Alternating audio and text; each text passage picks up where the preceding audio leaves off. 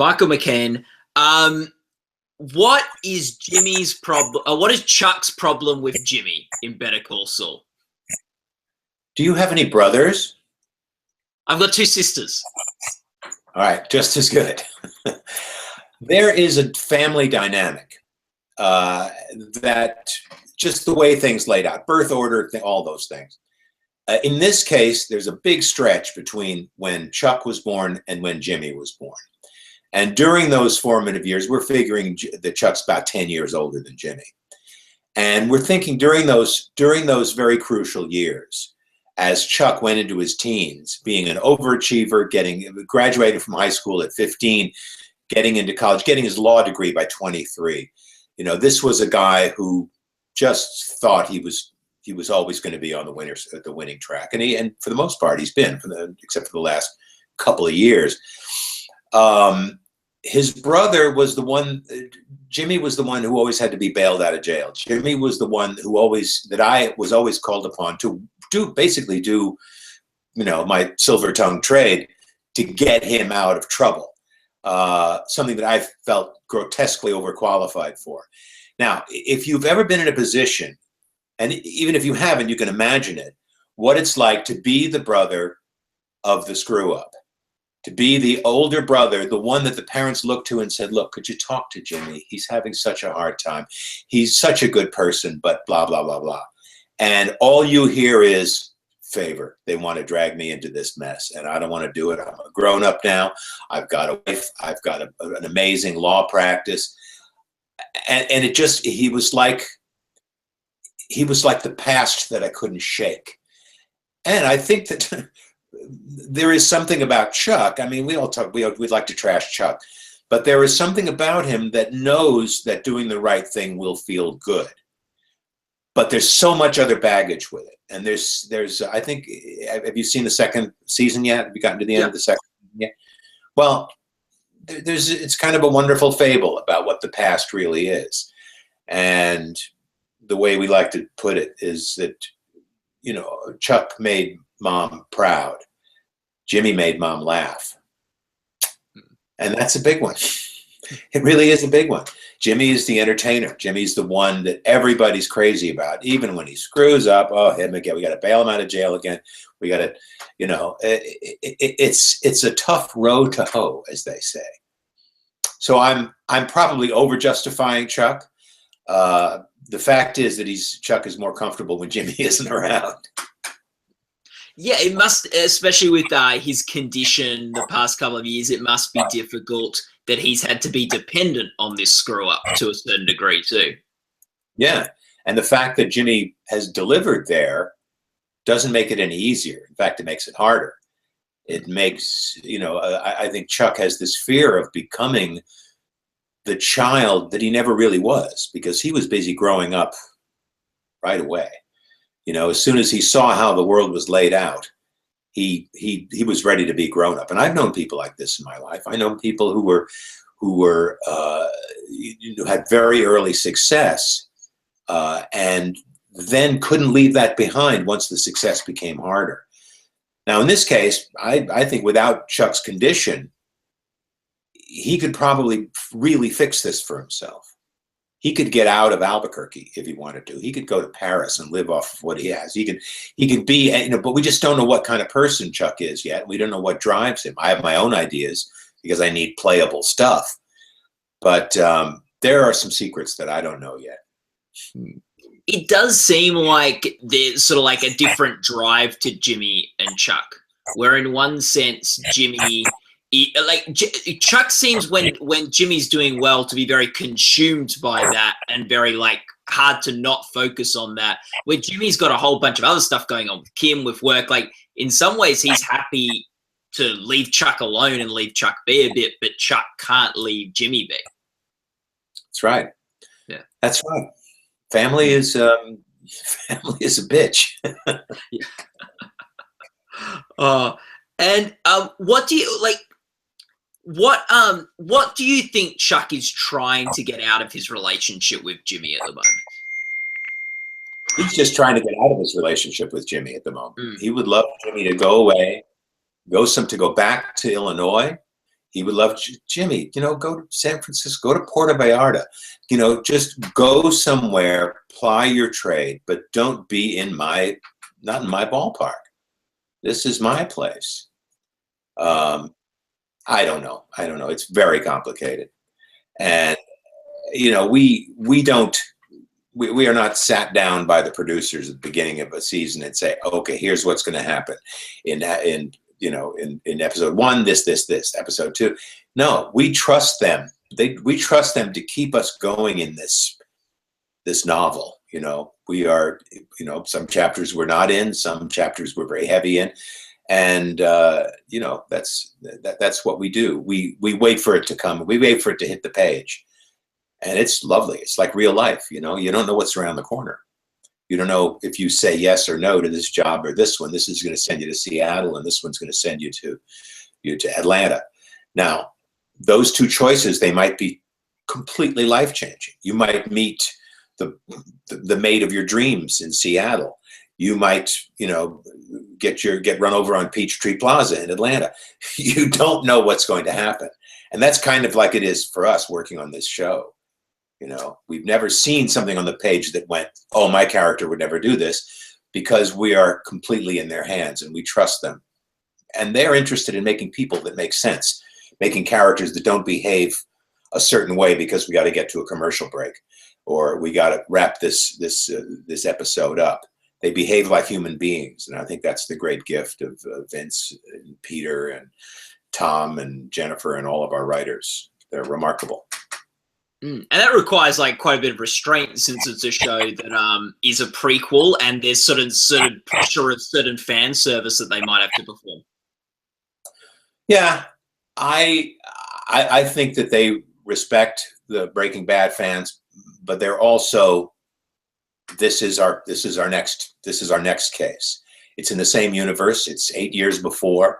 It's, you know, it's going to get messy. Just like Breaking Bad. But Breaking Bad was essentially a crime story, you know.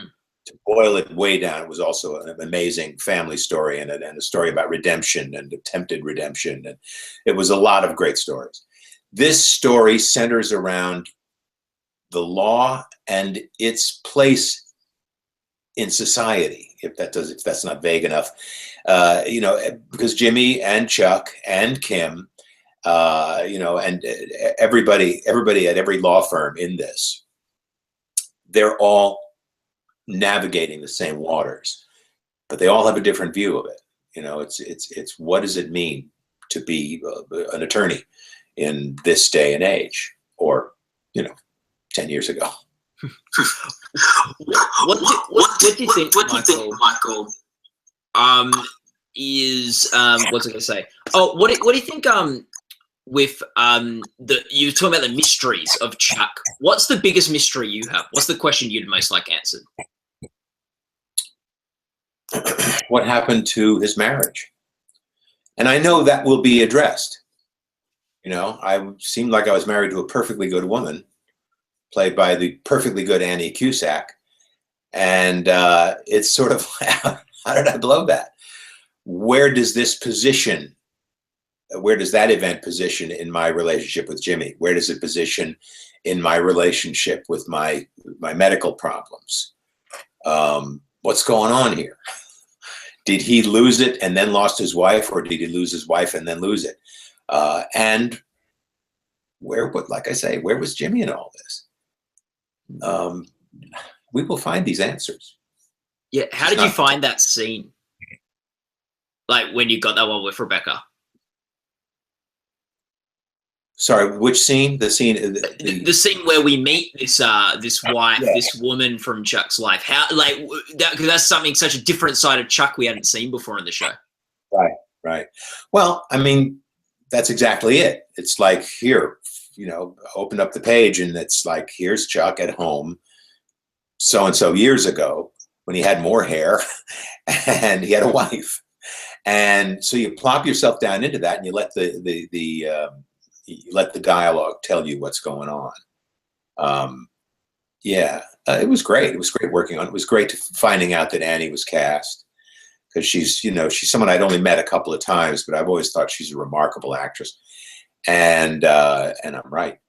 And so I just knew it would be fun to play. I knew that we were going to, you know, have a good episode, and we did. So I hate to give you a very simple answer to a very complex question, but those are the facts. Yeah, and Jimmy made her laugh. Jimmy. That's right. That's not nothing.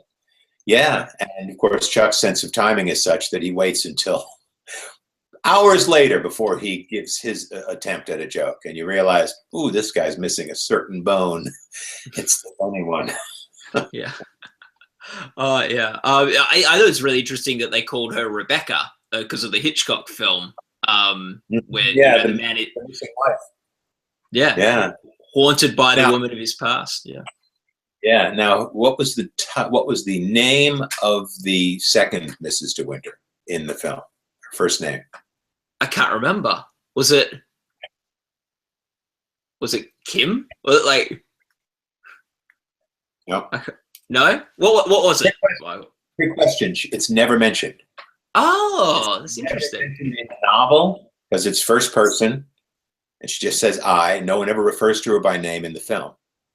That's cool. Yeah, it is cool. A big episode. Come on, you play with me? Come on. Give me some movie trivia. I got to see all that crap behind you. Yeah, movie awards I'm not great at, but well, I'll try to think of a movie trivia question for you at the end, Michael. But I'm sure you're much better at it than me. Yeah. What about the episode Nailed? That was a big one for you. You had the big scene with Kim at the beginning, the big scene at the end at the copy store. What was it like when you were reading this script? Because this was in some ways a much bigger season for Chuck, I feel, and that episode was sort of the big climax of it all. Yeah. I just knew it was going to be a couple of long shoots in a row. And we did those two shows, the scene with Kim and the scene in the copy shop. Now, the copy shop scene was an all-nighter. We started shooting just around, 8 or so. And because I'm an insomniac, comes and goes, but there I am. And so I had been up for about 36 hours before we started shooting the night shoot. So when you see me go to pieces in the copy shop, I had a real head start on the material, if you know what I mean. I was kind of melting down. And it was my birthday. So as soon as it was midnight, I go, well, okay, I've been working for 4 hours on I've been awake for 40. I might as well just let my mind go. And it kind of helped in the long run. It didn't look like a good night for Mikey.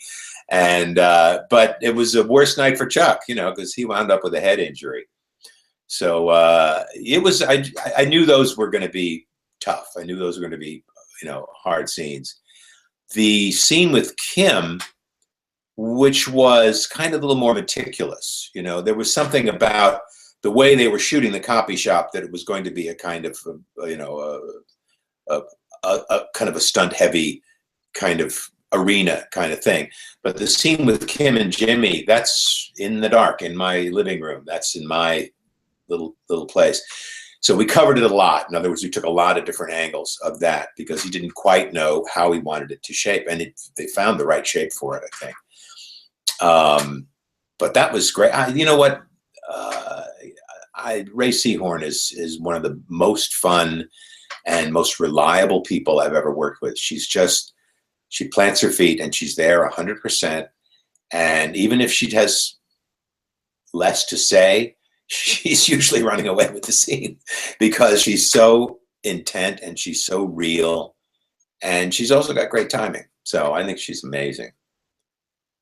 Bob, I love working with. I love working with the whole cast. They're remarkable, and we've got terrific directors. And Arthur Albert, our genius director of photography.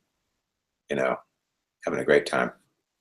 Yeah, Ray really had a fantastic season. She really ran away with a lot of the scenes. She had a fantastic, and I was talking. We interviewed her last week, and we were talking to her about that scene that you had with her, and she said you did a lot of different takes of it, a lot of different tries. And she said she was glad they used the one where Chuck felt hurt by what she said.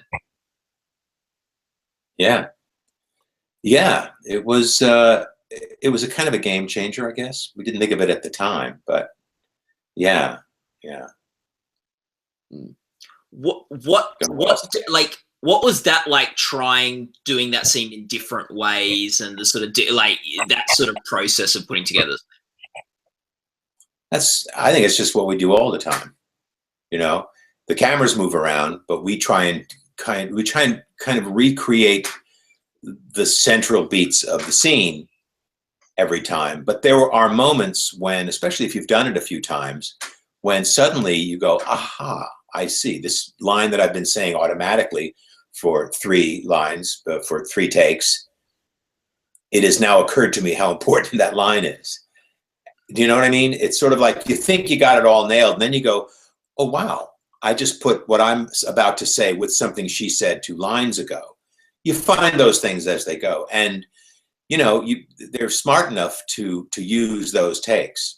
So anyway, it's just when you need to do something more than one time, when you need to do something 4 or 5 whole passes, and then little, you know, close-ups and stuff, you wind up finding stuff along the way. And you can even, on our set, you can even go, I now just figured this out. Could we do that again? And they'll go, oh, absolutely, you know, and so we'll go again.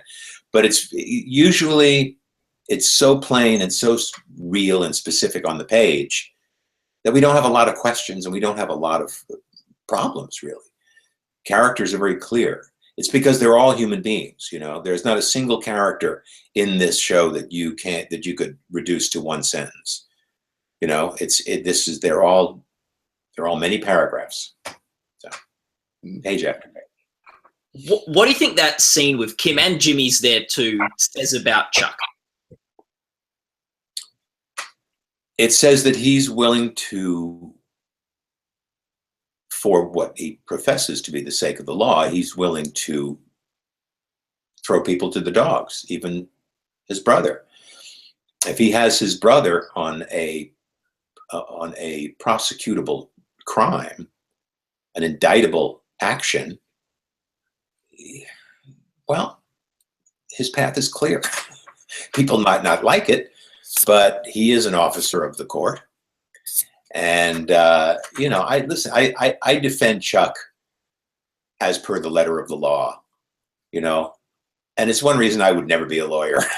Too much school, and the fact that I couldn't bend like that. But Chuck can. That's what we can do as actors. We can be terrible people. We can be people who appear terrible, but we know how good they are.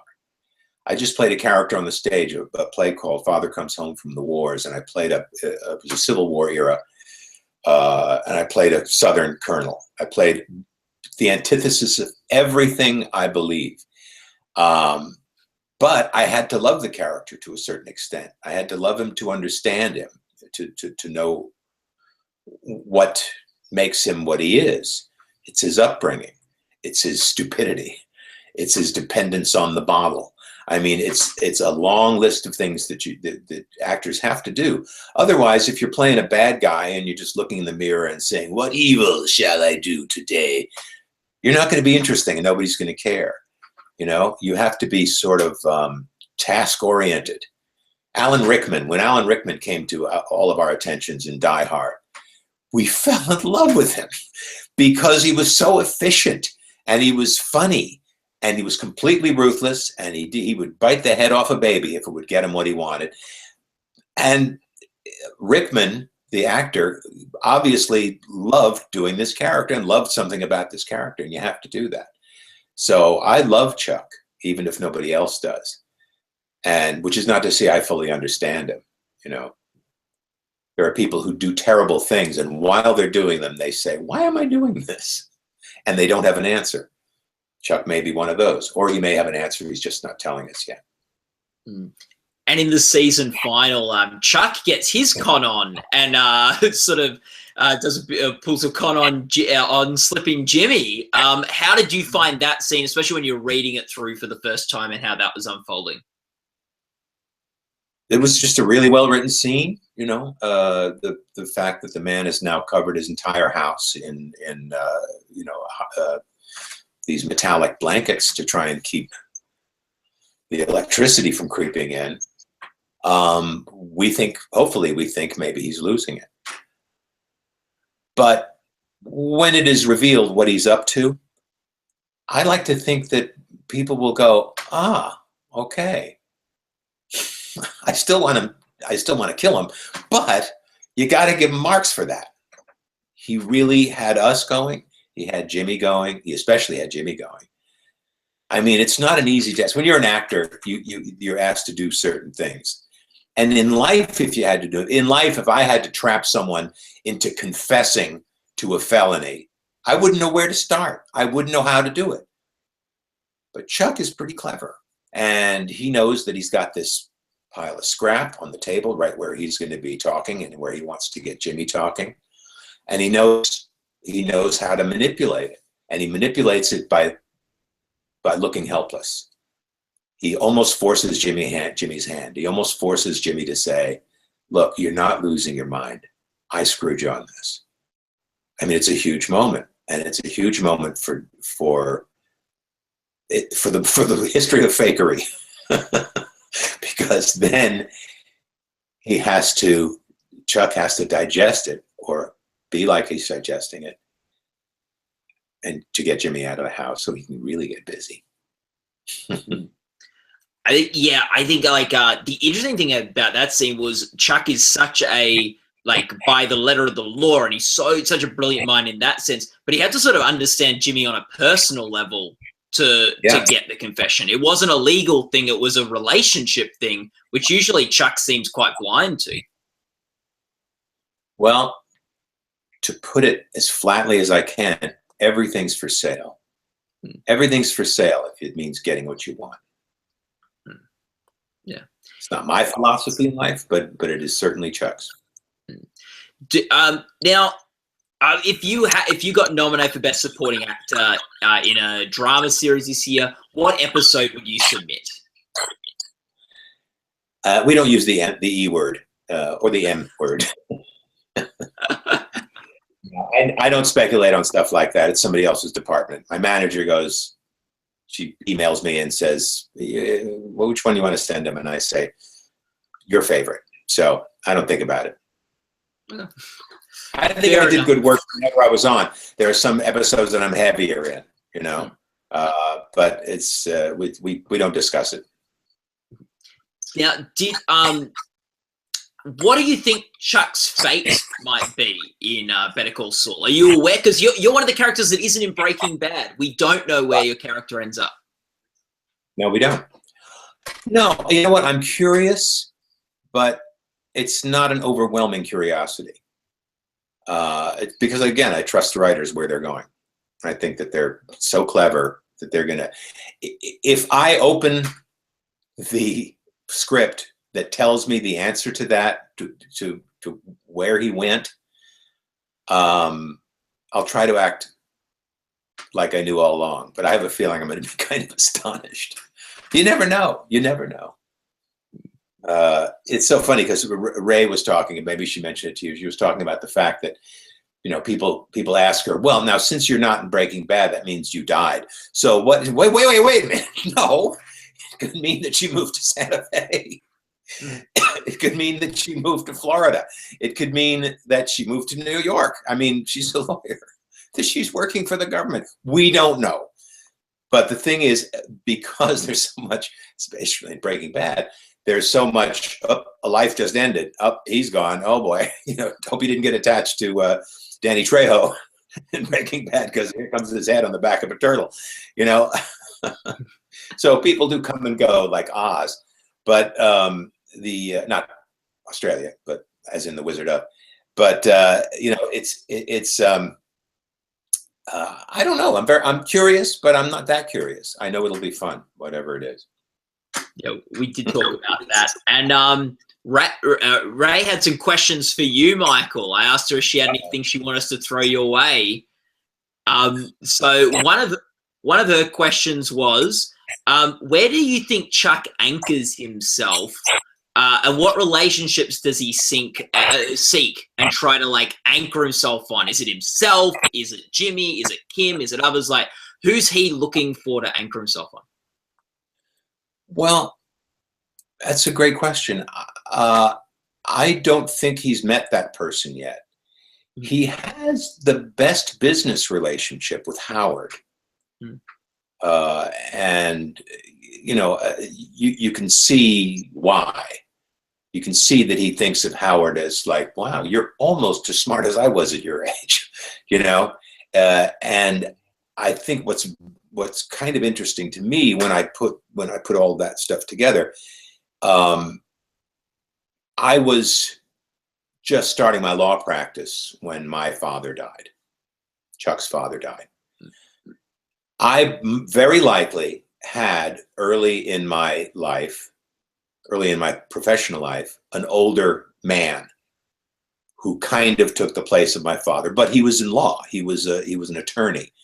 So it's that relationship, which we don't know yet, obviously, but that relationship may be bleeding onto his relationship with Howard, that he thinks of himself as the older guy.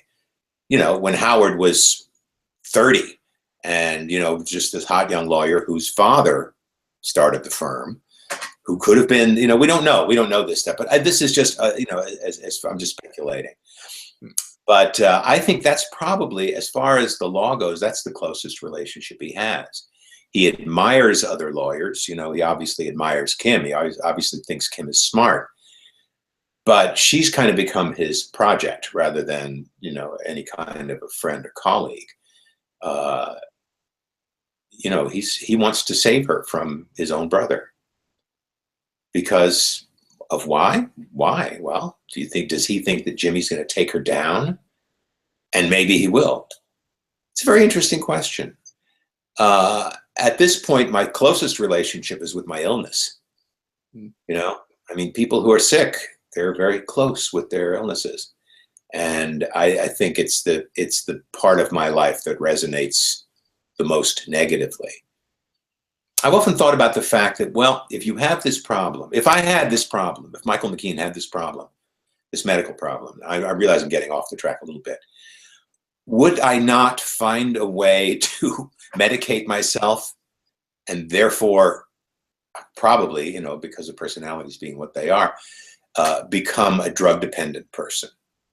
A person who is suffering will sometimes be able to take a pill that relieves that.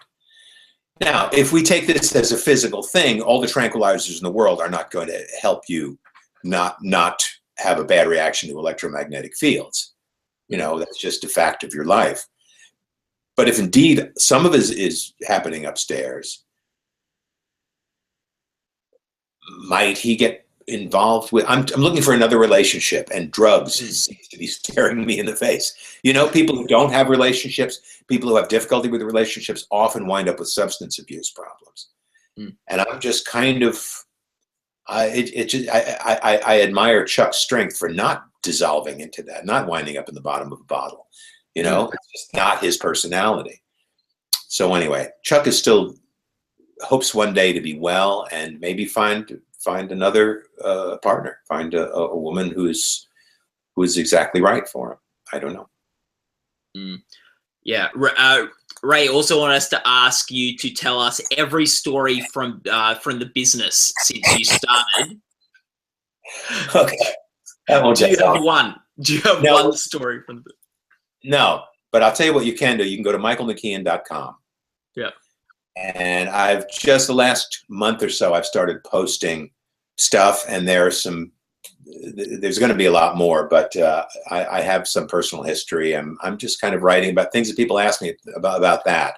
I have been around for a long time. I'm been a professional actor for 48 years. My first job was at the Loeb Drama Center in Cambridge. The first time I was paid for it, the Loeb Drama Center in Cambridge, Massachusetts. I got $70 a week.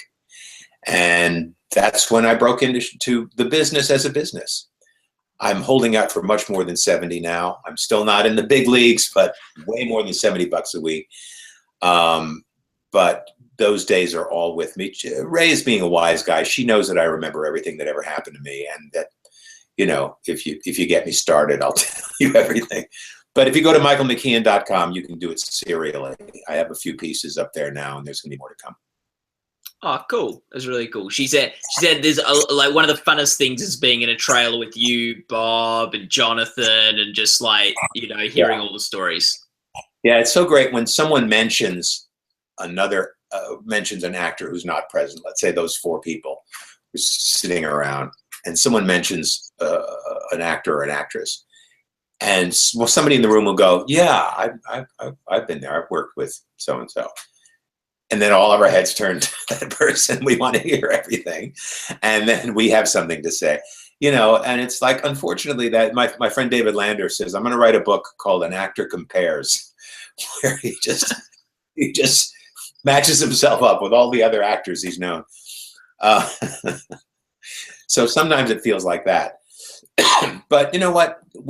I've been around for a long time. Bob's been around for a long time. Banks has been around for at least as long as me. And yeah, we have a lot of fun. We really do. And what's great is Ray, who's much younger, she's seen her share too. I mean, she's been in theater forever. She's got a wonderfully interesting background, and I mean, her life and her trajectory to where we are now is so interesting. And she's so articulate and eloquent about, you know, yeah, she's great. We're talking with Bob next week. Do you have a fun question for us to ask Bob? Trying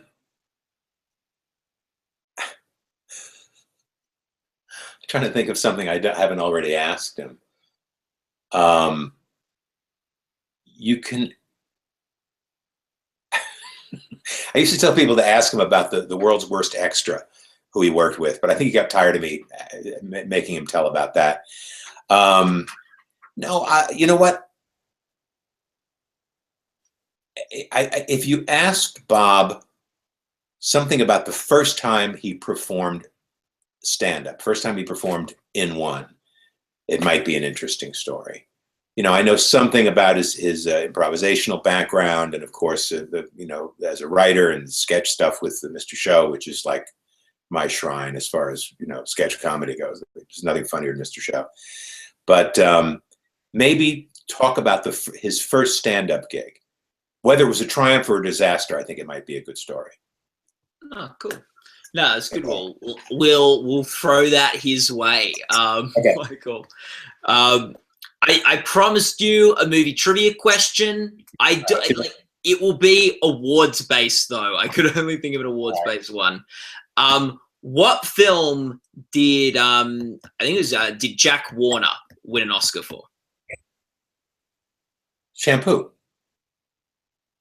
Oh, Jack Warner. Oh no, wait. Jack Warner. Oh, the Australian actor.